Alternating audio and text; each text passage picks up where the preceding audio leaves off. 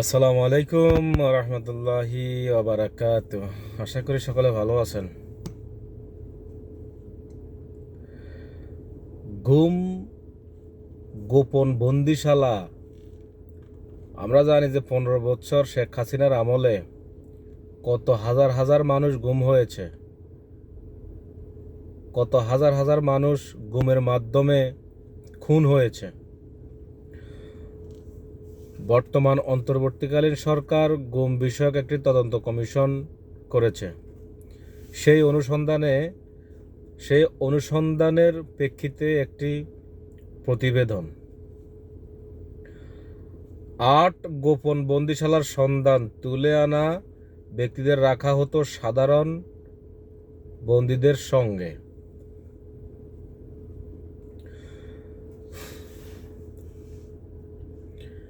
গুমের শিকার ব্যক্তিদের আটকে রাখা হতো এমন 8টিরও বেশি গোপন বন্দিশালা শনাক্ত করেছে গুম সংক্রান্ত তদন্ত কমিশন। তাদের ভাষ্যমতে প্রতিরক্ষা গোয়েন্দা মহাপরিদপ্তর ডিজিএফআই, র্যাব ও পুলিশের counter terrorism and transnational crimes CTTC ইউনিটের মতো সংস্থাগুলি এসব গোপন বন্দিশালা পরিচালনা করত। দেশ জুড়ে এসব গোপন বন্দিশালা গুমের শিকার ব্যক্তিদের আটকে রাখা হতো। এর পাশাপাশি গুমের শিকার ব্যক্তিদেরকে কাউকে কাউকে সাধারণ বন্দীদের সঙ্গে রাখা হতো। গুম সংক্রান্ত তদন্ত কমিশনের অন্তর্বর্তী প্রতিবেদনে এর চিত্র উঠে এসেছে। কমিশন গঠন শনিবার বিকেলে রাষ্ট্রীয় অতিথি ভবন যমুনায় প্রধান উপদেষ্টার কাছে আনফোল্ডিং দ্য ট্রুথ শিরোনামে প্রতিবেদনটি জমা দেওয়া হয়। প্রতিবেদনে বলা হয়, গুমের ঘটনার কমিশন এই পর্যন্ত 1676টি অভিযোগ জমা পড়েছে। এর মধ্যে 758টি অভিযোগ যাচাই বাছাই করা হয়েছে। ওই প্রতিবেদনে গুমের শিকার ব্যক্তিদের কিভাবে দিনের পর দিন সবার চোখের আড়ালে বন্দি করে রাখা হতো তা উঠে এসেছে। বলা হয়েছে, গুমের শিকার ব্যক্তিদের বিভিন্ন মেয়াদে বন্দি করে রাখা হতো। তাদের 48 থেকে 60 ঘন্টা থেকে কয়েক সপ্তাহ, কয়েক মাস, এমনকি কয়েকজনকে আটকে বছর পর্যন্ত বন্দি করে রাখা হতো। সাধারণ একটি ধারণা রয়েছে যে গুমের শিকার ব্যক্তিদের শুধু গোপন বন্দিশালায় আটক রাখা হতো। তবে গুম হওয়ার পর জীবিত ফিরে আসতে পারা ব্যক্তিদের সাক্ষাৎকারে বেরিয়ে এসেছে অনেকে এমন সব বন্দিশালা রাখা হয়েছিল যেখানে সাধারণ বন্দীদেরও রাখা হতো। এরই উদাহরণ হিসেবে ডিবির হাতে বন্দি ব্যক্তিদের কথা উল্লেখ করে বলা হয়েছে, এভাবে বৈধ অবৈধ বন্দীদের একই বন্দিশালা রাখার কারণে গুমের শিকার ব্যক্তিরা বন্দিশালা কি জটিল অবস্থার মধ্যে থেকেছে তা ধারণা করা যায়। একই চত্বরের ভেতর বন্দীদের অবৈধ কক্ষ থেকে বৈধ বন্দীদের কক্ষে সরিয়ে নেওয়ার চিত্র তুলে ধরা হয়েছে। প্রতিবেদনে গুম কমিশন বলে, খুব সম্ভবত গুমের শিকার ব্যক্তিদের বৈধ বন্দীদের সঙ্গে রাখার মাধ্যমে তাদের অবৈধভাবে আটক রাখার বিষয়টি ধাপাচাপা দেওয়ার চেষ্টা করত।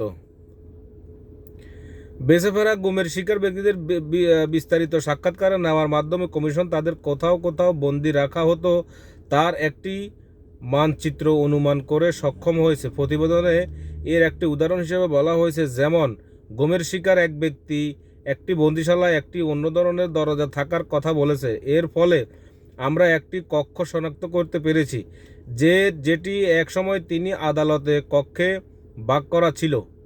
এছাড়া বেঁচে ফেরা ব্যক্তিদের সাক্ষাৎকার থেকে কমিশন একই বন্দি ওই সব এলাকায় চিহ্নিত করতে পেরেছে যেখানে গুমের শিকার ব্যক্তিদের সঙ্গে সাধারণ বন্দীদেরও রাখা হতো। বন্দীদের যেসব জিজ্ঞাসাবাদ করা হতো, যেখানে তাদের আটক রাখা হতো এবং যেসব যন্ত্রপাতি ব্যবহার করা হতো, কমিশন কর্মকর্তা যেসব জায়গা পরিদর্শনে গিয়েছে তাদের লক্ষ্য ছিল ঘটনাস্থলে গিয়ে তথ্য প্রমাণ জোগাড় করা। তা আইনশৃঙ্খলা রক্ষাকারী বাহিনী এবং নিরাপত্তা বাহিনীর জ্যেষ্ঠ কর্মকর্তাদের সঙ্গেও কথা বলেছেন।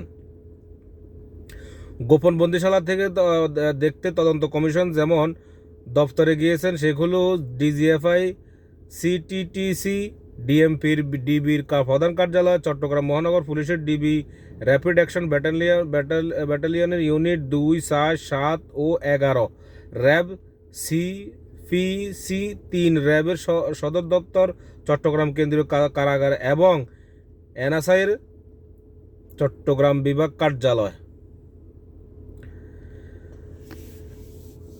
এখানে আপনার সবচাইতে বেশি কার্যকর ছিল এই যে র্যাবের 2, 4, 7 ও 11। র্যাবের এই কারণে 2021 সালে যুক্তরাষ্ট্র স্যাংশন পর্যন্ত দিয়েছে।